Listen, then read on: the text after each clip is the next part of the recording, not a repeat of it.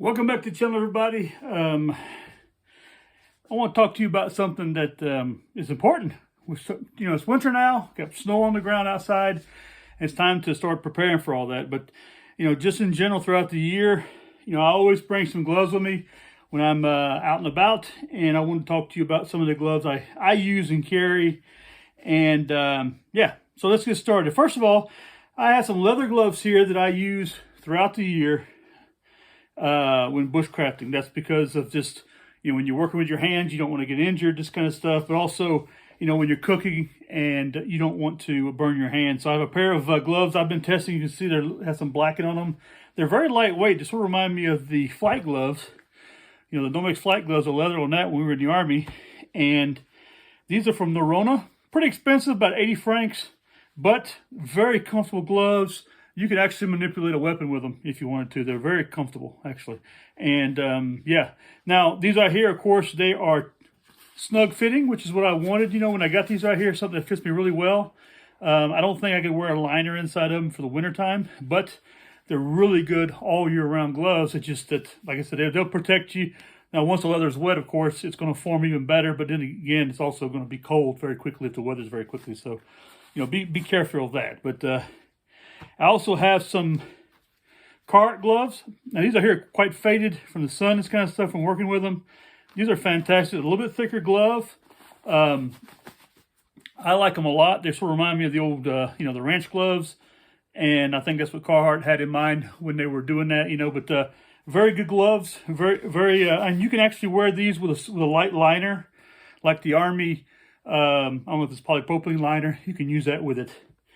And that makes for a really good glove, also around the fire, but also working. And in the wintertime, you can definitely protect yourself. Now, these right here are the Resista work gloves right here. I got these right here for work outdoors.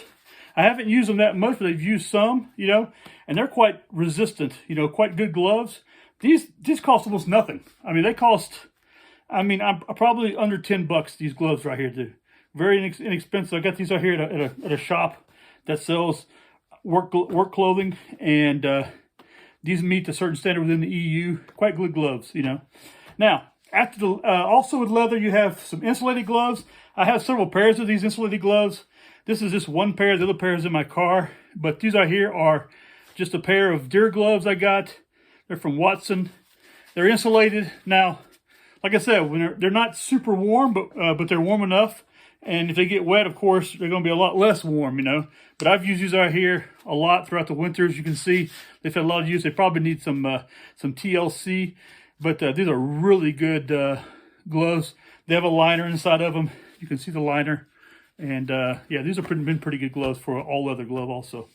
Now, after that, we have some faux leather gloves, which is like the mechanics. Now, you can get a mechanics glove in real leather, but these are here the false leather, and these are actually not too bad. But the problem you run into with mechanics gloves is that the fingers blow out of them pretty quickly. So they're not really for heavy use, but they are really good. They're not bad for gloves. You can use them. You can still manipulate your knife. You can still do some work with them. Now these are not Nomex or anything like that. They're going to protect you very little, but they'll protect you enough, especially if you're working with an axe or knives, this kind of stuff. They'll just give you some friction resistance there, and if you're working on the fire. But remember, these are not all leather gloves. These are not leather whatsoever. Then you have the old U.S. Army flight gloves. I've had these right here for a long, long time. I think this is my last pair that I got full fingered. The rest of them I'll cut them all out. These are not too bad to work with, but like I said, they get wet. They're not going to keep you warm. These are Nomex, though. They'll protect you a little bit around the fire, but you got to remember also leather, the heat's going to penetrate that. It's going to heat up that leather, so you got to be careful of that also. It's good to have some kind of a little bit more insulated glove, a little bit thicker around the fire if you're working around it. Now, insulation. These are the Army issue polypropylene, I think, gloves right here. I have several pairs of these right here. These are a little bit mismatched when it comes to color, but they're fantastic gloves. They make really good liners, or you can just wear them by themselves. They're actually not bad if you're cross-country skiing or something. Your hands stay warm. They get wet. They stay relatively warm also, like a wool would. But these are quite good. I really liked these when these came out because I didn't like very much the old wool gloves that we had in the Army. When we got these right here in the late 80s, made a big change. After that, I do have some wool gloves. And these are here are German Army and I think Austrian Army. These are wool gloves. These are a little bit more form-fitting. This pair right here, a little bit more elasticy. These are quite good. And you can actually get these, I believe, inside of the pair of Carhartt. They will get in there. Now, it's going to be a much tighter glove, though. But you'll have a little bit more protection. There we go. You know, and they fit okay inside of them. So, yeah, you can actually, if you want to, get a size up in your leather gloves and get you a pair of thick wool gloves. And that's going to protect you pretty well. The only thing, negative side of it is it's a little bit more bulky. But these are very comfortable. And if you can get yourself some merino wool gloves, I think that would be really nice also. Merino socks, I love them. I wear them. And for the wintertime, these work really well, actually. Now, my last pair of gloves I have, these are here, a big investment I made. These are Arc'teryx gloves. I'm not even sure if these are here exist anymore. They're complete Gore-Tex.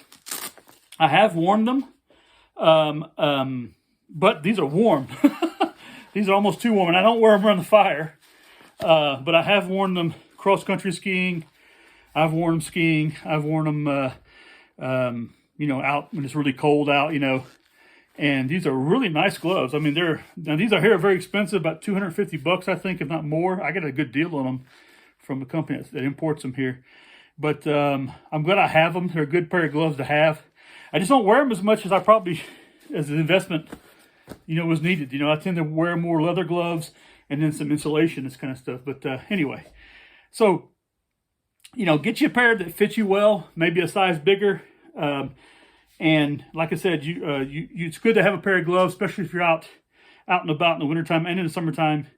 And just get a good pair that you like. I don't like too much those big bulky ski gloves. They melt very easily around the fire, so you need to get something leather that's going to protect you around the fire, you know. And you don't have to invest that much. I mean, there are some really nice ones out there that very expensive, that look really good, but you don't need to have all that. I mean, these are here. Like I said, I paid $80. These are here, but because I had lost these right here, I thought. But then I found them. I thought, shit, I paid $80. These are here, but I still wear them a lot. And for shooting and that kind of stuff, for hunting, they're actually quite good because you have all the feeling in them, and they are really well form fit.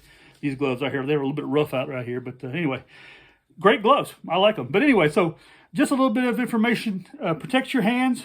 Mittens are also quite good to have.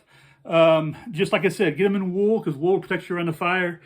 And if you're static, having those fingers all in one container, one area, that'll keep you warmer also than open finger gloves or just fingered gloves. But anyway, so a little bit of information on gloves. This is my little collection. Probably too big for someone would ever need. You only need a couple pairs of gloves.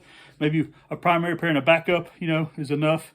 And then when it comes to winter, like I said, I like a nice leather winter glove. But these are here need to be have some protection. Need to be some TLC done to them. I have another pair. It's this color also. Also, winter gloves are quite good. And like I said, they stay in the car, and they're very good gloves, just in case you know, I need to clean the windows off, which I did this morning, and or I forget mine at home. I got those with me. So anyway, listen, thanks a lot for coming to the channel, and look forward to hearing from you again soon. And I want to thank everybody for all your support. Please like, subscribe, leave comments, and yeah, continue watching my videos. Thanks a lot. You guys have a good one. Bye.